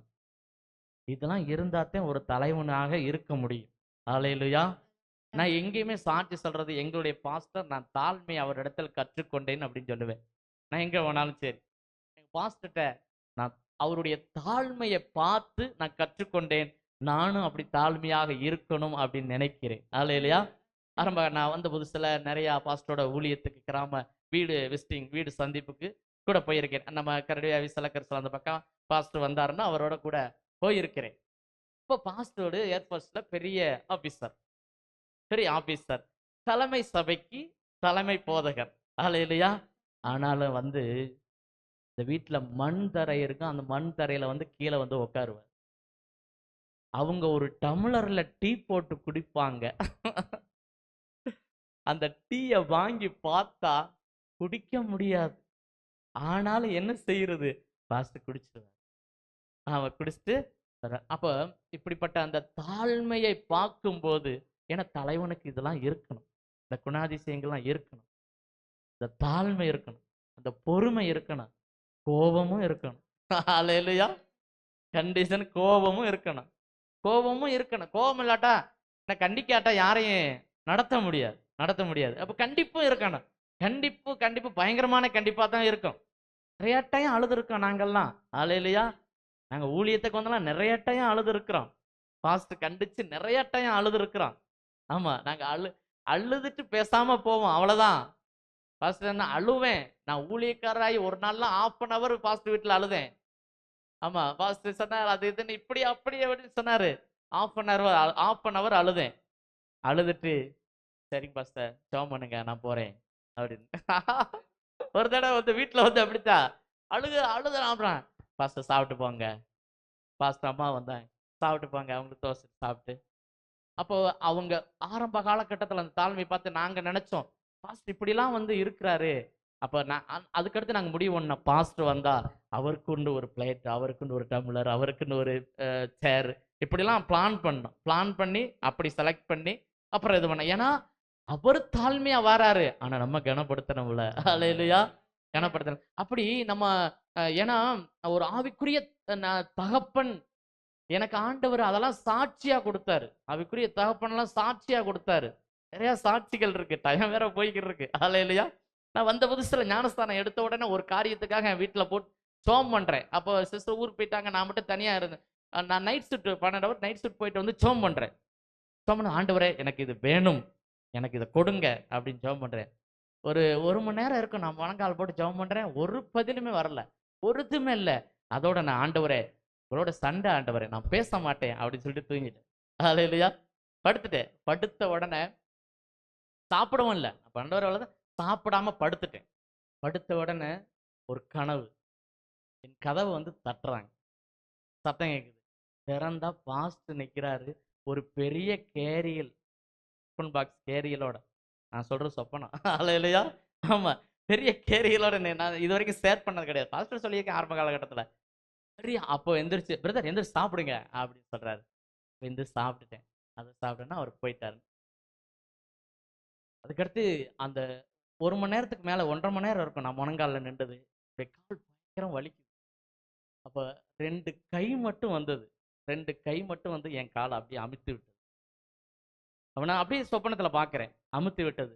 அப்ப நான் எந்திரிக்கும் போது எனக்கு பசியும் இல்லை, எனக்கு கால் வலியும் இல்லை, எதுவுமே இல்லை. அன்னைக்கு நினைச்சேன், ஆண்டவரே இவர் தான் என் ஆவிக்குரிய தகப்பன் அப்படின்னு. ஹல்லேலூயா. இவர் தான் என் ஆவிக்குரிய தகப்பன் என்று எனக்கு ஆண்டவர் அன்றே உணர்த்தினார். ஹல்லேலூயா. அப்ப ஆண்டவர் நமக்கு ஒரு தலைவனை ஏற்படுத்தணும் அப்படின்னா அப்படிப்பட்ட தலைவர்களை நமக்கு கொண்டு வந்து அந்த இடத்துல கொண்டு வந்து நிறுத்துவார். ஹல்லேலூயா. இப்ப மோசே இப்படி நிறைய அந்த தலைவன் இடத்துல இருந்து நிறைய பண்ணினாரு. இப்படி செய்யணும், அப்படி செய்யணும், இதை செய்யுங்க, அதை செய்யுங்க அப்படின்னு சொல்லிட்டு நிறைய தலைவனாக இருந்து எகிப்துல இருந்து கானான் தேசத்துக்கு முன்பாக போற வரைக்கும் அந்த ஜனங்களை நல்வழிப்படுத்துறதும், அந்த ஜனங்களை நடத்துவதும், அந்த ஜனங்களுக்காக நிற்பதும், அந்த ஜனங்களுக்காக தேவ சமூகத்துல வார்த்தையை பெற்றுக்கொள்வதும். ஒரு சில வார்த்தை படிச்சிடலாமா? யாத்திராம் புஸ்தகம் 24 12வது வசனம், 24வது அதிகாரம். அப்பொழுது கர்த்தர் மோசேயை நோக்கி, நீ மலையின் மேல் என்னிடத்துக்கு ஏறி வந்து அங்கே இரு, நான் உனக்கு கற்பலகைகளையும் நீ அவர்களுக்கு உபதேசிப்பதற்கு நான் எழுதின நியாய பிரமாணத்தையும் கற்பனைகளையும் கொடுப்பேன் என்றான். அல்லேலூயா. ஒரு தலைவனுக்கு ஜனங்களை நடத்தக்கூடிய நியாய பிரமாணத்தையும் கட்டளைகளையும் வசனத்தையும் ஆண்டவர் தலைவருக்கு கொடுக்கிறார். அதை கேட்டு பெற்றுக்கொள்ளணும். அது கேட்டு பெற்றுக்கொள்ளணும்னா தேவனுடைய பருவத்துல, தேவனுடைய சமூகத்துல, தேவனுடைய பாதத்துல பல மணி நேரங்கள் காத்திருந்தால் மாத்திரமே. அல்லேலூயா. அதிலே 18வது வசனம், காத்திருந்தால் மாத்திரமே அந்த தலைவன் பெற்றுக்கொண்டு ஜனங்களுக்கு போதித்து நடத்துவார். அப்படியாக மோசேயை நடத்தினார் தேவன். மோசே மேகத்தின் நடுவிலே பிரவேசித்து மலையின் மேல் ஏறி இரவும் பகலும் 40 நாள் மலையில் இருந்தான். அல்லேலூயா. ஜனங்களுக்காக கர்த்தருடைய சமூகத்துல காத்திருக்கிற ஒரு நல்ல தலைவனாக மோசே இருந்தார். அல்லேலூயா. அதே போலதான் நம்ம தலைவரும். அல்லேலூயா. கர்த்தருடைய சமூகத்துல காத்திருந்து ஜனங்களுக்கு வசனங்களை நியாயப்பிரமாணங்களை கொடுக்கணும் அப்படின்னு சொல்லிட்டு ஒரு காத்திருக்கிற தலைவராக இருந்தார். அல்லேலூயா. உபாகமம் 4ஆம் அதிகாரம் 1வது வசனம் 2வது வசனம். உபாகமம் 4ஆம் அதிகாரம் 1வது வசனம் 2வது வசனம். இஸ்ரவேலரே, நீங்கள் பிழைத்திருக்கும்படிக்கு உங்கள் பிதாக்களின் தேவனாகிய கர்த்தர் உங்களுக்கு கொடுக்கிற தேசத்தில் நீங்கள் பிரவேசித்து அதை சுதந்தரித்துக் கொள்ளும்படிக்கும் நீங்கள் கை கொள்ளுவதற்கு நான் உங்களுக்கு போதிக்கிற கட்டளைகளையும் நியாயங்களையும் கேளுங்கள். நான் உங்களுக்கு கற்பிக்கும் உங்கள் தேவனாகிய கர்த்தரின் கட்டளைகளை நீங்கள் கை கொள்ளும்படி நான் உங்களுக்கு கற்பிக்கிற வசனத்தோடு நீங்கள் ஒன்றும் கூட்டவும் வேண்டாம், அதில் ஒன்றும் குறைக்கவும் வேண்டாம். இப்ப தேவனுடைய சமூகத்திலே வார்த்தையை பெற்று ஜனங்களுக்கு போதிக்கிற நல்ல ஒரு தலைவனாக இருக்கணும். நீங்க உபாகமத்தை பார்த்தீங்க அப்படின்னா உண்மையிலேயே உபாகம புக்கு ஃபுல்லா, அந்த புத்தகம் ஃபுல்லாவே ஜனங்களுக்கு போதிக்கிறது தான். நீங்க அந்த 1வது அதிகாரத்துல 33 அதிகாரமுமே 34 தான் ஆண்டவர் மோசே இது பண்றாரு. இப்போ 33 அதிகாரமுமே ஜனங்களுக்கு கற்பிக்கிற நல்ல ஒரு தலைவனாக மோசே இருந்தார். அல்லேலூயா. இன்றைக்கு அப்படிப்பட்ட தலைவர்கள்லாம் இல்லை. அல்லேலூயா. ஆமா, ஜனங்களிடத்துல பெற்றுக்கொண்டு வசனத்தை ஜனங்களுக்கு போதிக்கிற தலைவர்கள் இல்லை. அதனாலதான் சபையும் இன்னைக்கு சத்தியத்துல வளர மாட்டேது. அல்லேலூயா. ஆனா தேவன் நமக்கு நல்ல ஒரு தலைவரை தேவன் கொடுத்திருக்கிறார். அல்லேலூயா. அப்ப ஆண்டவருக்கு நல்ல ஒரு தலைவராக மோசே இருந்தார். அல்லேலூயா. அடுத்தது நான் அது போகுது, அதனால டைம். என்னாம 16வது அதிகாரம் 44-45. மோசையை தலைவனாக மாற்றினார். அடுத்த ஸ்டெப்புக்கு மோசையை மாத்துறாரு பாருங்க. இந்த சபையாரை விட்டு விலகி போங்கள், ஒரு நிமிஷத்தில் அவர்களை அதமாக்குவேன் என்றார். அவர்கள் முகங்குப்புற விழுந்தார்கள். மோசே ஆரோனை நோக்கி, நீ தூப கலசத்தை எடுத்து பலிபீடத்தில் இருக்கிற அக்கினியை அதில் போட்டு அதன் மேல் தூப வர்க்கம் இட்டு சீக்கிரமாய் சபையினிடத்தில் போய் அவர்களுக்காக பாவ நிவர்த்தி செய். கர்த்தருடைய சந்நிதியில் இருந்து கடுங்கோபம் புறப்பட்டது, வாதை தொடங்கிற்று என்றான். இப்ப இந்த இடத்துல மோசேய தேவன் ஜனங்களுக்காக அவருடைய சமூகத்துல விழுந்து கிடக்கிற நல்ல ஒரு தகப்பனாக தேவன் மாற்றுகிறார். அல்லேலூயா. தகப்பனுக்கு தாங்க தெரியும் பிள்ளைகளுக்காக எவ்வளவு கஷ்டப்படணும், எவ்வளவு அர்ப்பணிப்பு கொடுக்கணும், எவ்வளவு தியாகம் பண்ணணும் அப்படின்னு. அல்லேலூயா. ஜனங்களை அழிக்கணும் அப்படின்னு அந்த இடத்துல அழிக்கணும் அப்படின்னு தேவன் நினைக்கிறாரு. ஆனா அழிச்சிடாதீங்க ஆண்டவரே அப்படின்னு முகங்குப்புற விழுந்து மன்றாடுகிற நல்ல ஒரு தகப்பனாக இருக்கிறார். என்னாகும் புஸ்தகம் 14வது அதிகாரம், அதுல இந்த 11, 12 வசனத்தை வாசிக்கலாம். என்னாகும் 14வது அதிகாரம் 14. கர்த்தர் மோசேயை நோக்கி, எதுவரைக்கும் இந்த ஜனங்கள் எனக்கு கோபம் உண்டாக்குவார்கள், தங்களுக்குள்ளே நான் காட்டின சகல அடையாளங்களையும் அவர்கள் கண்டும் எதுவரைக்கும் என்னை விசுவாசியாதிருப்பார்கள், நான் அவர்களை கொள்ளை நோயினால் வாதித்து சுதந்திரத்துக்கு புறம்பாக்கி போட்டு அவர்களை பார்க்கிலும் உன்னை பெரிதும் பலத்ததுமான ஜாதியாக்குவேன் என்றார். அல்லேலூயா. மோசே அந்த சொல்றார், நீ விளைவிக்க இவங்க எதுவரைக்கும் என்னுடைய அற்புதத்தையும் என்னுடைய அடையாளத்தையும் என்னுடைய அதிசயத்தையும் கண்டு இப்படி இருக்கிறாங்க, என்னையவே இவங்க பரீட்சை பார்க்கறாங்க, இவங்களை நான் அதம் பண்ணிடுறேன், இவங்களை நான் கொன்றேன், நீ தள்ளிக்க, ஒரு நிமிஷம் தள்ளிக்க அப்படின்ட்டு மோசே அந்த இடத்துல ஒரு தகப்பனாக சமூகத்துல ஆண்டவருடைய சமூகத்துல விழுந்து கிடக்கிறார். அல்லேலூயா. நமக்காக, நம்முடைய ஜீவனுக்காக ஏசு கிறிஸ்து பலியானாரு, ஏசு கிறிஸ்து ரத்தம் சிந்தினாரு. அதற்கு அடுத்தபடியாக நமக்காக, நம்முடைய ஆசீர்வாதத்துக்காக, நம்முடைய நன்மைகளுக்காக, நம்முடைய பலவீனங்களுக்காக, நம்முடைய கஷ்டங்களுக்காக ஆண்டவருடைய சமூகத்துல விழுந்து கிடக்கிற நல்ல ஒரு தகப்பனாக தேவன் மாற்றுவார். அல்லேலூயா. நல்ல ஒரு தகப்பனாக தேவன் மாற்றுவார். யாத்ராகமம் 18வது அதிகாரம் 13வது வசனம். மறுநாள் மோசே ஜனங்களை நியாயம் விசாரிக்க உட்கார்ந்தான். ஜனங்கள் காலமே துவங்கி சாயங்காலம் மட்டும் மோசேக்கு முன்பாக நின்றார்கள். அல்லேலூயா. ஒரு விசாரிக்கிற தகப்பன். அல்லேலூயா. ஜனங்களுடைய கஷ்டம் நஷ்டங்கள், ஜனங்களுடைய சூழ்நிலைகளை விசாரித்து நியாயம் தீர்க்கக்கூடிய நல்ல ஒரு தகப்பனாக மோசே இருந்தார். அல்லேலூயா. மோசே இருந்தார். அதுக்கடுத்துதான் அவர் மாணவர் நிறைய ஐடியா சொல்றாரு. சரி, ஓகே அப்படின்னு சொல்லிட்டு எல்லாவற்றையும் அறுத்து கடைபிடிக்கிறாரு. ஆனா ஃபர்ஸ்ட் நாள் தொடங்கி அடுத்த நாள் சாயந்தரம் வரைக்கும் கர்த்தருடைய ஜனங்கள் அவர்கிட்ட வந்து குறைகள் நிறைகள் எல்லாத்தையும் சொன்னா அவருடைய வேலையை விட்டுட்டு, தூக்கத்தை விட்டுட்டு, ரெஸ்ட் எடுக்கிறத விட்டுட்டு, எல்லாத்தையும் விட்டுட்டு நல்ல ஒரு தகப்பனாக ஜனங்களுக்கு நீதி விசாரணைகளையும் அவர்களுடைய குறை நிறைகளையும் சொல்லுகிற நல்ல ஒரு தகப்பனாக மோசே இருந்தார். அல்லேலூயா. நம்முடைய கஷ்டங்களுக்காகவும் நம்முடைய பலவீனங்களுக்காகவும் அவர்கள் வேலையை விட்டுட்டு அவர்களுடைய குடும்பத்தை விட்டுட்டு எல்லாத்தையும் விட்டுட்டு நமக்காக, நம்முடைய ஆவிக்குரிய தகப்பன் நமக்காக ஒவ்வொரு நாளும் ஆண்டவருடைய சமூகத்துல கேட்டுட்டு நமக்கு போதிச்சு, நமக்கு நம்முடைய குடும்பத்தை விசாரிச்சு, நல்லது கெட்டதை விசாரிச்சு, நம்மளை ஒரு அன்பாய் நேசிச்சு அரவணைச்சு நம்முடைய சத்தியத்துல நடத்துகிற நல்ல ஒரு தகப்பன். அல்லேலூயா. மோசே பாருங்க, தேவன் முன்குறிக்கிறாரு, அழைக்கிறாரு, அர்ப்பணிக்கிறாரு, தலைவனாக மாற்றாரு, தகப்பனாக மாத்துறாரு. அல்லேலூயா. இந்த இடத்துல நம்ம எந்த நிலையில இருக்கிறோம் இப்போ கொஞ்சம் யோசிச்சு பாருங்க. அல்லேலூயா. தேவன் நம்ம முன்குறிச்சாரா? குறிச்சாரு. அல்லேலூயா. நம்மளை அழைச்சாரு. அவருக்காக நம்மளை அர்ப்பணிச்சோமா? அர்ப்பணிச்சோம். அர்ப்பணிச்சுட்டு அவ்வளவுதான். அல்லேலூயா. அர்ப்பணிச்சுட்டு அவ்வளவுதான். அர்ப்பணிச்சுட்டு ஒரு தலைவனாக மாத்து. அல்லேலூயா. எல்லாரும் பாஸ்டர் ஆகணும் அப்படின்லாம் இல்லை. நீங்க குடும்பத்துல தலைவனா இருங்க, சபையில ஒரு தலைவனாக இருங்க, சபையில நீங்க தலைவனாக இருங்க, தலைவியாக இருங்க. சபையில நீங்க பாஸ்டரா இருக்க வேணாம். அப்பனா உங்களுக்கு கீழே இருக்கிறவர்களுக்கு நீங்க ஒரு சாட்சியா இருங்க. உங்களுக்கு கீழே இருக்கிறவர்களுக்கு சத்தியத்தை போதிங்க. உங்களுக்கு கீழே இருக்கிறவர்களுக்கு ஒரு வழிகாட்டியா இருங்க. உங்களுக்கு கீழே இருக்கிறவர்களுக்கு அன்பிலையும் பொறுமையிலையும் சாந்தத்திலையும் விசுவாசத்திலையும் எல்லாத்திலையும் நீங்க ஒரு மாதிரியா இருங்க.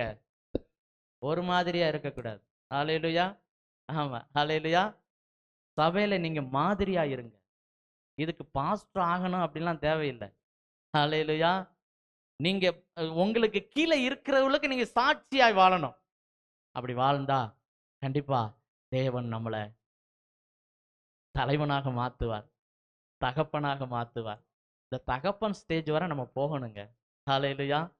ஆமா, இந்த தகப்பன் ஸ்டேஜ் வரை நம்மளை ஆண்டவர் கொண்டு போகணும் அப்படின்னு நினைக்கிறாரு.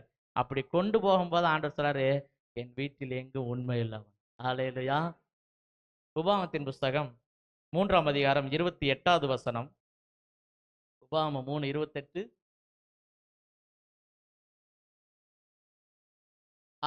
அவனை திடப்படுத்து, பலப்படுத்து. அவன் இந்த ஜனங்களுக்கு முன்பாக கடந்து போய் அவனே நீ காணும் தேசத்தை அவர்களுக்கு பங்கிட்டு கொடுப்பான் என்றார். ஹல்லேலூயா. ஒரு தகப்பன் அடுத்து பிள்ளைகளை வளர்த்து விட்டுட்டு போகணும். ஹல்லேலூயா. உபாகமம் 34:9 அது அப்படியே மோசே செய்கிறார். ஹல்லேலூயா. 34:9 கர்த்தர் சொன்னதை அப்படியே செய்கிறார். மோசே நூனின் குமாரனாகிய யோசுவாவின் மேல் தன் கைகளை வைத்தபடியினால் அவன் ஞானத்தின் ஆவியினால் நிறையப்பட்டான். இஸ்ரவேல் புத்திரர் அவனுக்கு கீழ்ப்படிந்து கர்த்தர் மோசேக்கு கட்டளையிட்டபடியே செய்தார்கள். ஹல்லேலூயா. அடுத்த தலைமுறைகளை ஒரு தகப்பன் ஸ்தானத்திலிருந்து வளர்த்து விட்டுட்டு போகணும். இன்னைக்கு நிறைய ஊழியத்தை நான் பார்க்கிறேன். தியாகத்தோடு வந்து ஊழியம் பண்ணின ஊழியக்காரங்க, அர்ப்பணித்து ஊழியம் பண்ண ஊழியக்காரங்க, அடுத்த சந்ததி தடுமாறு. நிறைய ஊழியத்தை பார்த்து வேதனைப்படுறேன். போல அவங்களுடைய சாட்சியெல்லாம் நான் கேட்பேன். தியாகம் இப்படி வளர்ந்தோம், இப்படி வளர்ந்தோம், இப்படி இருந்தோம், இப்படி ஊழியம் பண்ணோம். ஆனா பிள்ளைகள் சரி. ஹல்லேலூயா. ஆனா அடுத்த தலைமுறைகளை தேவன் நான் சபைக்கு வளர்த்து விட்டுட்டு போகணும். அவர்கள் தான் தகப்பன். ஹல்லேலூயா. பாஸ்டருக்கு அம்மாவுக்கு அதான் சொல்றேன், அடுத்த தலைமுறைகளை நீங்க வளர்த்து விட்டுட்டீங்க. ஹல்லேலூயா. இது 100 ஆண்டு காலம் இது வந்து கீழே விழாது. ஹல்லேலூயா. நீங்க உங்க பிள்ளைகளை கவனிக்காம விசுவாசிகளை கவனிச்சு வளர்த்து விட்டீங்க. ஆனா இன்னைக்கு உங்க பிள்ளைகள் ஊழியக்காரலா இருக்கும்போது எங்களுக்கு சந்தோஷம். ஹல்லேலூயா. அதை நாங்க வரும்போது பின்னியோ பியோவாவா பிரியடாவா ஆராதனை ஒரு நாள் எடுத்ததை நான் பார்க்கல. ஹல்லேலூயா. ஆமா, பார்க்கல.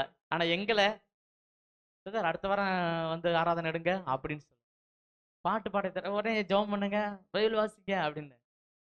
அம்மா அதை சொல்றேன், நீங்க பட்ட கஷ்டம், நீங்க பட்ட உபத்திரவம், நீங்க சிந்தின ரத்தம், நீங்க சிந்தின அந்த அந்த கண்ணீர் வீண் போகலாமா? உங்க மகன் பாஸ்டர் பின்னி அவர்களை தேவன் நிறுத்திட்டாரு. ஹல்லேலூயா. உண்மையிலேயே எனக்கு ரொம்ப சந்தோஷம். பாஸ்டருடைய குணத்தை அப்படியே பார்க்கிறேன். ஹல்லேலூயா. பாஸ்டருடைய தாழ்மையை அப்படியே பார்க்கிறேன். நான் பார்த்த அனுபவத்தை சொல்றேன். அதனால தைரியமா விசுவாசமா இன்னும் சந்தோஷமா கர்த்தருக்காக சந்தோஷமா இருங்க. அது போதும், அவ்வளவுதான். ஹல்லேலூயா. இப்ப தலைமுறை அதே மாதிரி பிள்ளைகளையும் ஆமா நல்ல மருமக்கமார்கள் கவர்மெண்ட் இந்தியா இந்த ஊழியத்துக்கு உங்க மகனையும் மருமக்களையும் நல்ல ஒரு தூணாக நிறுத்திட்டு போறீங்க. ஹல்லேலூயா. ஆமா, தூணாக நிறுத்திட்டு போறீங்க. கவலைப்படாதீங்க, கர்த்தர் நடத்துவார். ஹல்லேலூயா. நம்முடைய வாழ்க்கையில கர்த்தர் மோசேயை எந்த அளவுக்கு முன்குறிச்சு அழைத்து அர்ப்பணித்து தலைவனாக மாற்றி தகப்பனாக மாற்றினாரோ அதே போல நம்முடைய வாழ்க்கையில நம்ம இப்ப எந்த ஸ்டேஜில் இருக்கோம் அப்படின்னு நினைச்சுக்குங்க. இந்த தகப்பன் ஸ்டேஜுக்கு போகணும். அப்படி போனாதான் ஆண்டவர் என் வீட்டில் எங்கு உண்மை இல்லவன் அப்படின்னு சொல்லுவாரு. கடைசியா ஒரு வசனத்தை வாசித்து முடிக்கலாம். வெளிப்படுத்தின விசேஷம் 2ஆம் அதிகாரம் 10வது வசனத்தை வாசித்து முடிக்கலாம். உண்டாகிற பாடுகளை குறித்து ஆ, எவ்வளவும் பயப்படாதே. எவ்வளவும் பயப்படாதே. இதோ இதோ நீங்கள் சோதிக்கப்படும் நீங்கள் பொருட்டாக சோதிக்கப்படும் பொருட்டாக பிசாசானவன் உங்களில் சிலரை காவலில் போடுவான். 10 நாள் உபத்திரவப்படுவீர்கள். ஆகிலும் நீ மரண பரியந்த உண்மையாயிரு. அப்பொழுது ஜீவ கிரீடத்தை உனக்கு தருவேன். ஹல்லேலூயா. மரண பரியந்த உண்மையா இருங்க. ஹல்லேலூயா. எவ்வளோ பாடுகள் ஊழியத்துல, எவ்வளோ கஷ்டங்கள், எவ்வளவோ அவமானங்கள், எவ்வளோ நிந்தைகள், எவ்வளவோ கண்ணீர்கள், ஆனாலும் பயப்படாதீங்க. ஹல்லேலூயா. மரண பரியந்த உண்மையா இருங்க. ஜீவ கிரீடத்தை பெற்றுக் கொள்ளலாம்.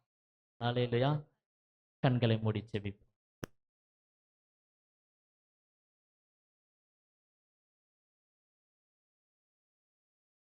குனிந்து தூக்கி நீரே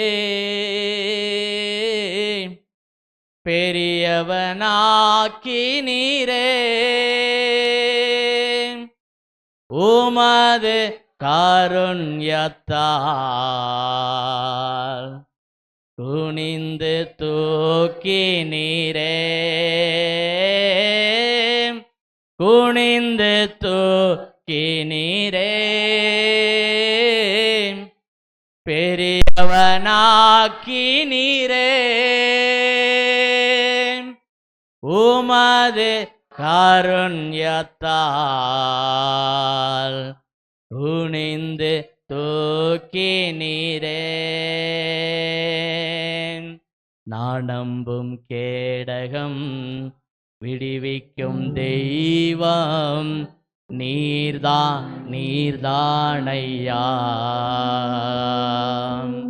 நான் நம்பும் கேடகம் விடுவிக்கும் தெய்வம் நீர்தானையா. துதிக்கு பாத்திர தூயவர் தூயவர் துதிக்கு பாத்திரரே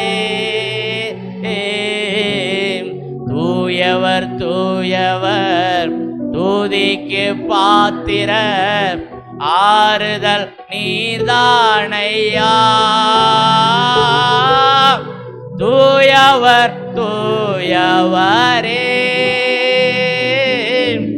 துதிக்கு பாத்திரரே ஆறுதல் நீர்தானையா. தூயவர் தூயவரே. ஸ்தோத்திர ஆண்டவரே, மகா கிருபையும் இரக்கமும் நிறைந்த எங்க நல்ல தகப்பனே, உமக்கு ஸ்தோத்திரம் அப்பா. இந்த 50 வருட ஊழியத்தை நீர் அற்புதமாய் ஆசீர்வாதமாய் நீர் நடத்தி வந்த கிருபைக்காக நன்றி கர்த்தாவே. கர்த்தர் கூட இருந்து நடத்தினதற்காக நன்றி. இந்த நாளில் 6வது நாளிலும் உமக்கு நன்றி சொன்னதற்காக நன்றி. இன்னும் ஆண்டவரே, உம்முடைய சமூகத்துல உம்முடைய வார்த்தையை கேட்டோம். மோசையை போல ஆண்டவரே, என் வீட்டில் எங்க உண்மையுள்ளவன் என்று நீங்க சாட்சி கொடுத்தீங்க. அதே போல நாங்களும் உம்முடைய வீட்டில் உண்மையுள்ளவர்களாய் சாட்சியை பெற்று அந்த ஜீவ கிரீடத்தை பெற்றுக்கொள்ள எங்கள் ஒவ்வொருவருக்கும் கிருபை செய்யுங்கப்பா. தயவு செய்யுங்க. இந்த ஊழியத்தை நீர் மட்டும் ஆசீர்வாதமாய் நடத்தி ஆண்டவரே வந்த கிருபைக்காக நன்றி. இனியும் நடத்த போற கிருபைக்காக நன்றி. தொடர்ந்து ஆசீர்வதிங்க. உடைய நாமத்தை மகிமைப்படுத்துங்கப்பா. துதி கனமை உமக்கே செலுத்துகிறோம். இயேசுவின் நாமத்தில் ஜெபம் கேளும் எங்கள் ஜீவனுள்ள நல்ல பிதாவே. ஆமென்.